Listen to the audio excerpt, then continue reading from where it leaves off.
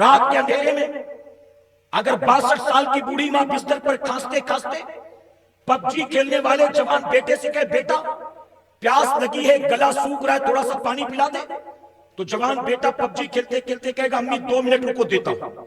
ماں 5 منٹ کے بعد پھر کہے گی بیٹا پانی نہیں لایا، تو کہے گا امی 1 منٹ رکو دیتا ہوں۔ بتائیے ہے کہ نہیں، یہ غلط کہہ رہا ہوں میں؟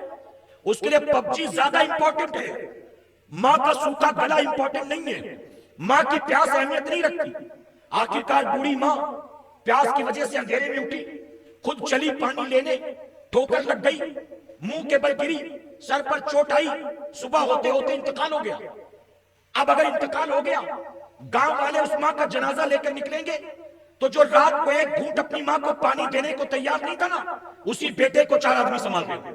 اتنا روئے گا ایسا لگے گا کہ ماں کے بغیر یہ بیچارہ زندہ بھی نہیں رہ سکے گا، ایسا لگے گا کہ ماں کے بغیر یہ رہے گا کیسے، کتنی محبت کرتا۔ دیکھو آنسو تھمتے نہیں ہیں، سسکیاں بن گئی ہیں، بے ہوش ہو جاتا ہے، کبھی دائیں گرتا ہے کبھی بائیں گرتا ہے۔ یاد رکھنا یوں ناٹک بازی کر کے تم دنیا والوں کو متاثر کر سکتے ہو، لیکن تمہاری حقیقت کو میرا پروردگار بہتر جانتا ہے۔ اگر رات کے اندھیرے میں تو نے اپنی ماں کو آدھا گلاس پانی نہیں پلایا، اب اس کے انتقال کے بعد روزانہ جا کر قبر پر آنسو بھی بہائے، تیرے آنسو قیامت میں تیرے کام نہیں آئے۔